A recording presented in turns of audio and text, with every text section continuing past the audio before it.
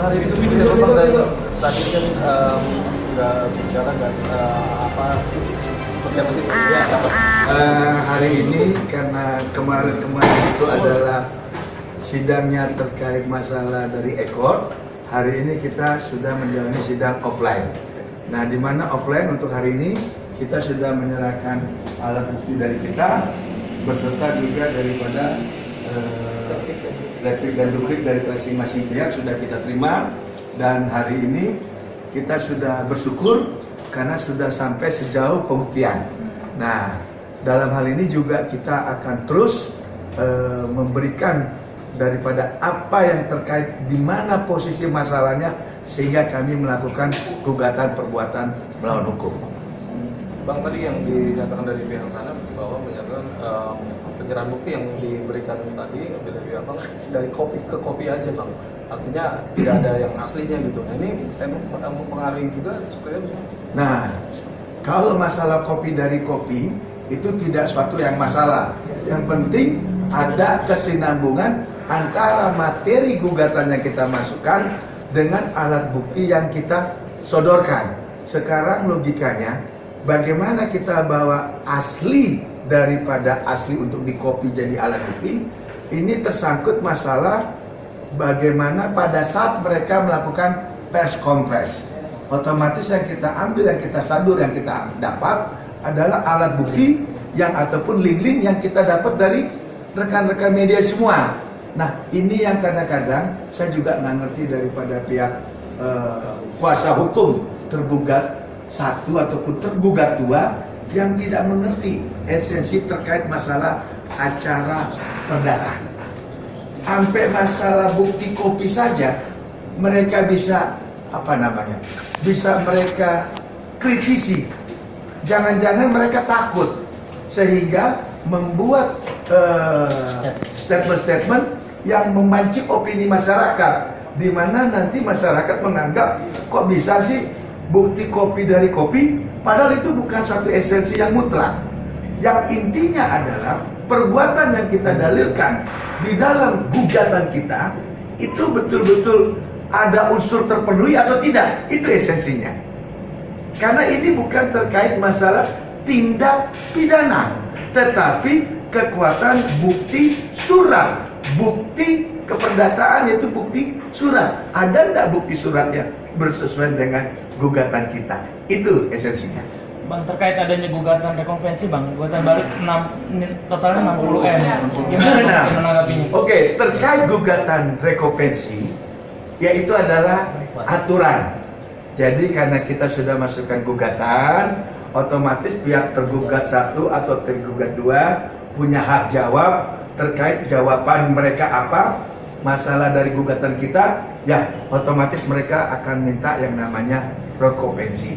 Tapi pertanyaannya, rekompensinya itu masuk nggak di dalam substansi perkara ataupun gugatan yang kita mintakan? Gugatan ini terjadi cikal bakalnya kan dari pihak mereka, bukan dari pihak klien kami, yaitu Bapak Stefanus, bukan, tapi dari pihaknya Jessica Iskandar sama Pak Vincent yang secara berulang-ulang kali di dalam pers kompresnya menyatakan bahwa klien kami seorang penipu. Nah, itu masalahnya. Terkait nominal 60M itu masuk akal nggak sih Bang? Kalau masalah 60M itu kan haknya mereka, tapi akan memalukan sekali kalau itu kita ukur daripada segi materi terkait gugatan kepada klien kami, yaitu Bapak Stephen. Di mana gugatan korban yang mereka mintakan di Polda Metro, kalau memang benar loh si Jessica Iskandar ini korban, sekali lagi, kalau Jessica Iskandar sebagai korban, ya dia menyatakan 9,8 miliar, itu kan jauh berbanding terbalik dengan gugatan keperdataan di Pengadilan Negeri Jakarta Selatan dengan dia memasukkan rekompensinya. Jadi jomplang.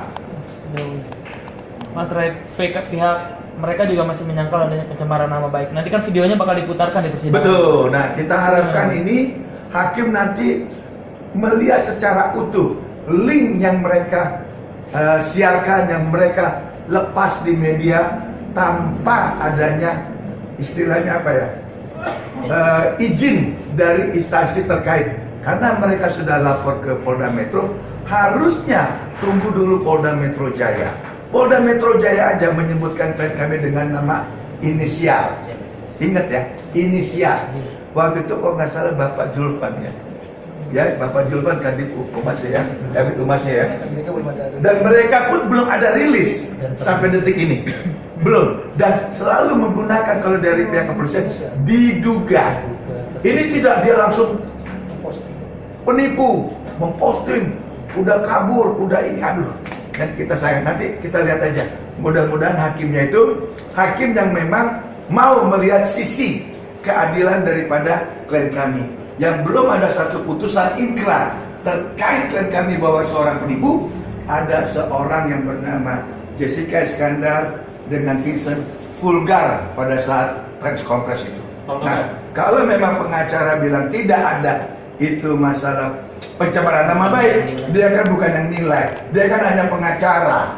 Apa sih fungsinya pengacara? Hanya mendampingi, hanya membela kepentingan klien, bukan mengambil suatu putusan. Putusan yang ambil dari mana? Hakim. Hakim.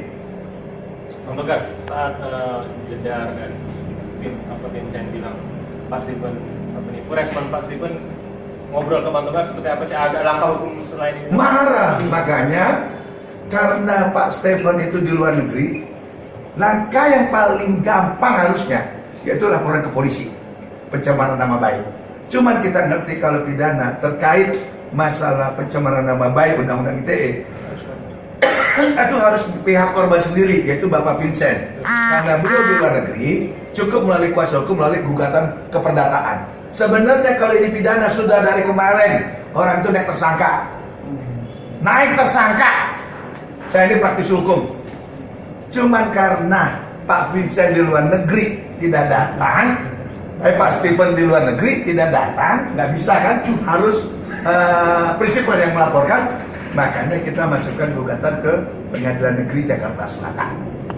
Saya yakin kok kalau Pak Stephen ada di Indonesia dan melaporkan resmi, apalagi pendampingnya saya, kuasa hukumnya saya kan, nah pasti naik itu status. Ada kemungkinan Bang datang ke Kalau kemungkinan kan kita bicara kemungkinan terakhir kan dia sudah bicara depan hakim, kemungkinan itu selalu ada. Tapi masalah kepastian ya Pak Stephen sendiri dong yang tahu, bukan kita. Kita hanya sebagai kuasa hukum hanya mengkanter daripada masalah hukum, mengkanter dari berita-berita yang memang kita duga tidak berimbang. Bang, terkait ke pihak Polri sendiri kabarnya udah menerima SP2P. SP2HP Siap, SP2P. Itu seperti apa? Dari pihak mereka. Pihak. Nah, kalau mereka mendapatkan SP2HP itu adalah hal wajar karena dia itu sebagai pelapor, tetapi kan coba baca yang baik. SP2HP yang mereka terima ada nggak namanya Jessica Iskandar? Ada nggak? Ada nggak? Jangan nanti kasus Nikita Mirzani terjadi lagi nih. Nih terjadi. Sudah capek negara biayain proses dari polisi sampai ke jaksa penuntutan sampai di pengadilan, orang yang namanya di dalam pelapor itu tidak muncul, nggak nongol-nongol. Karena apa? Saksi pelapor itu wajib didengar di dalam persidangan. Kapan dia merasa korban, kapan dia merasa dirugikan, bagaimana cara dirugikannya, nilainya berapa dirugikannya, lalu tempatnya di mana dirugikannya, itu harus jelas loh. Kalau tidak, ya kita udah lihat ya, kemarin jurisprudensinya udah ada dari Pengadilan Negeri Serang ya, itu Nikita Mirzani dibebaskan dari segala tuntutan jaksa penuntut umum. Kan saya anggaran keluar, akhirnya klimaksnya apa? Nggak klimaks, anti klimaks. Hukum kok seperti itu. Nah, kalau memang Jessica Iskandar merasa dirinya sebagai korban, kenapa nggak dia lapor sendiri? Jangan mempermainkan hukum dan jangan mainkan media seolah-olah dia itu sebagai korban. Kan belum dibuktikan nih. Ajas praduga tidak bersalah lah, ya. Bang, terkait kabarnya Jemput paksa atau apalagi lah. Nah, maaf ya, kita ini bicara tentang hukum acara pidana, ya. Status daripada klien kami sampai saat ini hanya sebagai saksi terlapor. Ya, dari proses yang tadinya lidik naik jadi sidik. Nah, dari lidik naik sidik aja klien kami belum diperiksa. Nah, sekarang sudah menjadi sidik. Betul nggak? Nah, kalau nanti ada kata-kata seperti itu, ini kan propaganda, provokasi yang didengung-dengungkan dari orang-orang yang nggak bertanggung jawab, yang katanya sebagai kuasa hukum harusnya nggak perlu dia expose kepada media. Dan ini bukan ranahnya, itu adalah tugas dan tanggung jawab pihak penyidik dalam hal ini, yaitu institusi kepolisian Republik Indonesia diwakili oleh Polda Metro Jaya. Nah, ini kan kadang-kadang terlalu berlebihan. Contoh kasus yang kemarin-kemarin, LP orang diambil, ditarik-tarik, dibawa ke Mabes, dibawa ke Kapolri, bikin bikin dayu-dayu, meme-meme. Tolong Kapolri, tolong ini. Aduh, jangan begitulah. Ya, drama-drama ini nggak penting. Ini tidak drama, ini adalah masalah hukum. Kita ikutin sesuai pakem aturan hukum. Ini bukan tempatnya sinetron, ya, bukan memunculkan aktor dan aktris, bukan. Ini masalah hukum. Dan ini bukan cari panggung, ya. Jangan dibawa-bawa ke dalam satu proses hukum. Biarkan pihak aparatur daripada penyidik Polda Metro yang menyimpulkan, ya. Dan itu tidak patut diumbar ke media, etikanya gitu. Dan mudah-mudahan ya organisasi advokatnya melihat tipe-tipe model-model pengacara gini, ya coba tolong dong diperhatikan, boleh nggak beretika nggak seperti itu gitu loh, ya. Yang seperti juga kayak kasus yang sebelah, ya, itu terkait masalah hak pribadi, ranah pribadi diumbar-umbar di media, walaupun sekarang pelakunya sudah ditahan. Itu juga nggak boleh. Kita ini ada yang namanya pengacara terikat dengan yang namanya kode etik dan rahasia klien. Rahasia klien itu nggak boleh diumbar-umbar ke depan publik. Itu yang esensinya. Bang, terkait Nah, saya tidak merugikan kamu, kok kamu mau disuruh-suruh orang lain? Padahal kasusnya kasus dia misalnya sama saya, ya. Masa dia ngasih kuasa ke kamu yang lapor Polda Metro, dan sudah kamu ngelapor, kamu diputus lagi. Kamu kan udah diputus sebagai kuasa, pakai lagi pengacara baru. Coba bayangkan. Kamu gimana? Sakitnya kan di sini kan? Bener ya? Nah itu esensinya, analoginya, gampang banget deh. Jangan dibolak-balik kata mangkir. Bagaimana mau kita datang? Kausalitasnya nggak ada, hubungan legal standingnya nggak ada antara pelapor dengan terlapor. Jadi sekarang saya serahkan kepada pihak penyidik Polda Metro Jaya. Itu aja.